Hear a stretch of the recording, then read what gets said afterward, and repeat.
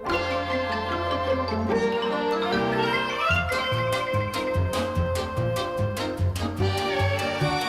everybody, it's Chris Eads, known online as Wootini, here with another Gay Gamer video podcast. As you can see, it's the leftovers of Christmas. Last weekend was Christmas itself, so there was no time to do a podcast. But now that it's New Year's is a little quieter than Christmas, so here's another update. I did not get any games for Christmas. My husband actually told me afterwards that he was thinking of getting me Splatoon 2, because he remembered that I played the first one, and I told him that was a good thing that he didn't do that because I already have it. And he's like, I didn't know. Like, he looked around on the shelf, but he couldn't find the box for it. And I was like, oh no, the Switch games are over on that shelf over there. He's like, so, good thing he didn't get me that, because I already have it. So there were no games this year. I did get this really cool Keep Calm and Carry On t-shirt.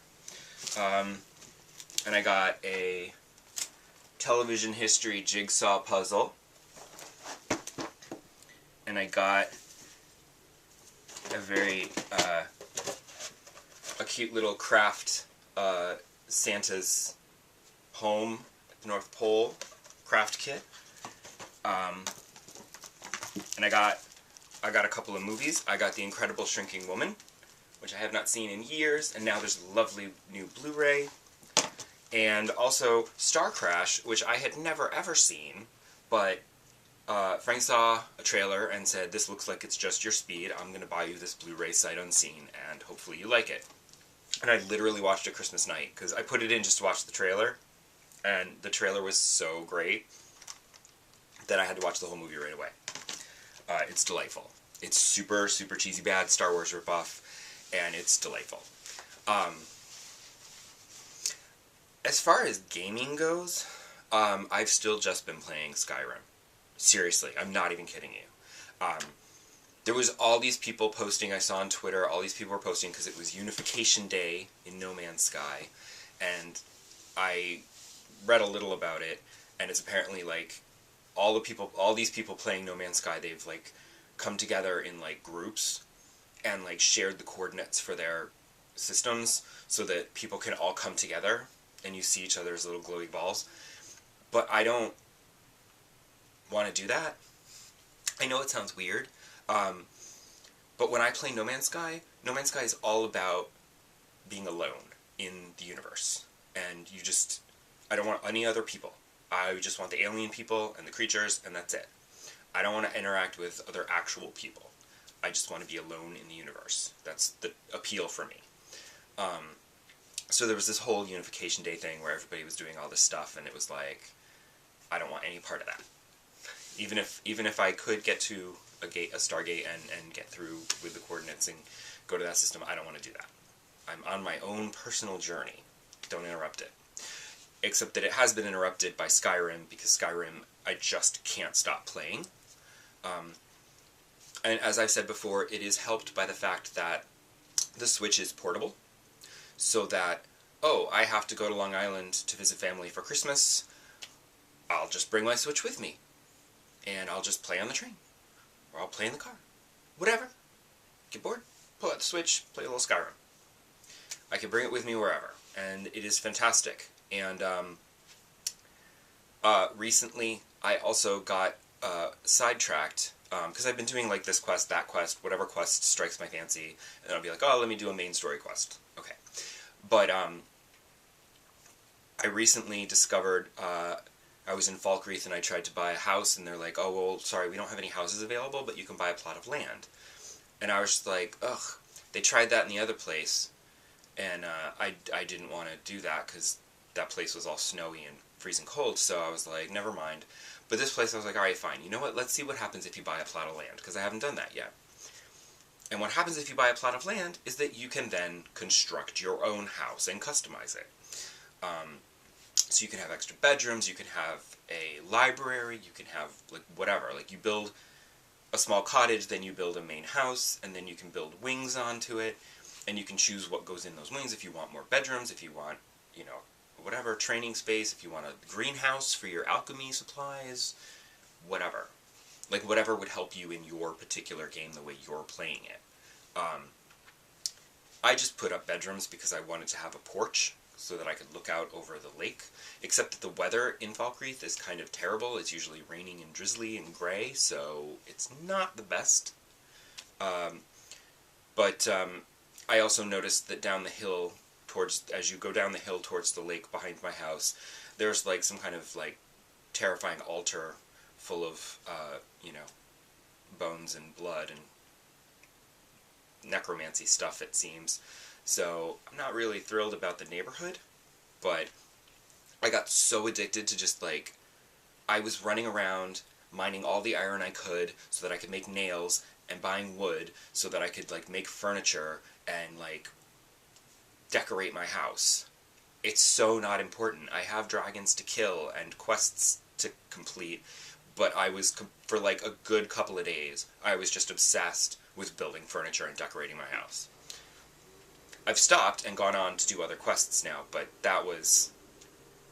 I got crazily obsessed. It turned into Animal Crossing for a little bit there. It was just crazy. I do still want to play the Horizon Zero Dawn DLC, and I should probably just pause Skyrim and go do that for a little while, because honestly I'm never going to finish Skyrim, so I should just pause it and do that.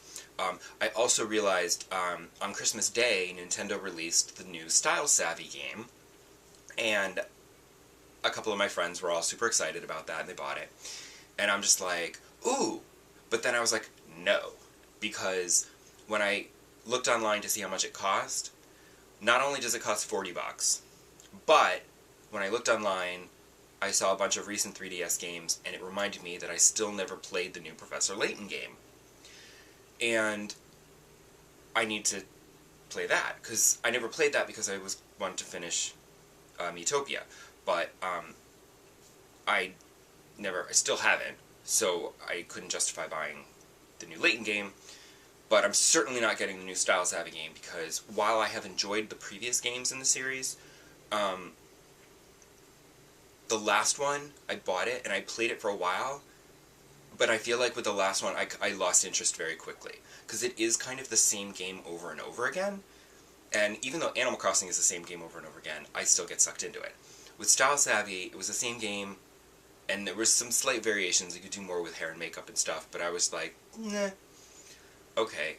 And so I'm just like, I don't know that I really want to spend $40 on a game that I don't think I'm going to play that much, because I am kind of moving away from the 3DS. Even though there's still games that I want to play, I find myself moving away from the 3DS, except to play New Leaf, and I'll have my Switch with me so I can play some Skyrim or whatever, because my 3DS is dying, and I need Nintendo to leave the 3DS be and start making these games for the Switch. If there was a new Style Savvy game for the Switch, I would be buying that. But for the 3DS, because I bring my 3DS with me, and I tend to play Animal Crossing on the trip home, and I will be starting to play Animal Crossing, and after 5 minutes, I get a battery alert that my battery is about to die. So I don't leave the Wi-Fi on anymore, and I will turn the 3D off, which I can't stand doing because it just looks weird to me, because I always play with the 3D on, so to turn the 3D off, it looks weird to me. But I'll turn the 3D off, and that'll bring the battery back to life, because the battery isn't really dying, it just thinks it's dying, so I need to show it, oh no, you're fine, you have plenty of battery power left. And it's not good, and it's really annoying, and I need to be able to put my 3DS aside and not have to worry about the battery anymore, because I just carry the Switch around. But there's still no word of Animal Crossing on the Switch. I know that Nintendo has a new Direct coming in January, so fingers crossed they'll announce an Animal Crossing that we can have hopefully by the spring, and then I don't have to worry about my 3DS anymore, because its battery is dying, and it's so annoying. So I hope you all enjoyed your holidays, and hopefully 2018 is going to be a whole lot better than 2017. And I promise I will try to play games other than Skyrim, so that these episodes do not get super boring, because I'm sure that you all don't care about my latest progress in Skyrim. I will see you next time, and happy 2018, everybody. Bye!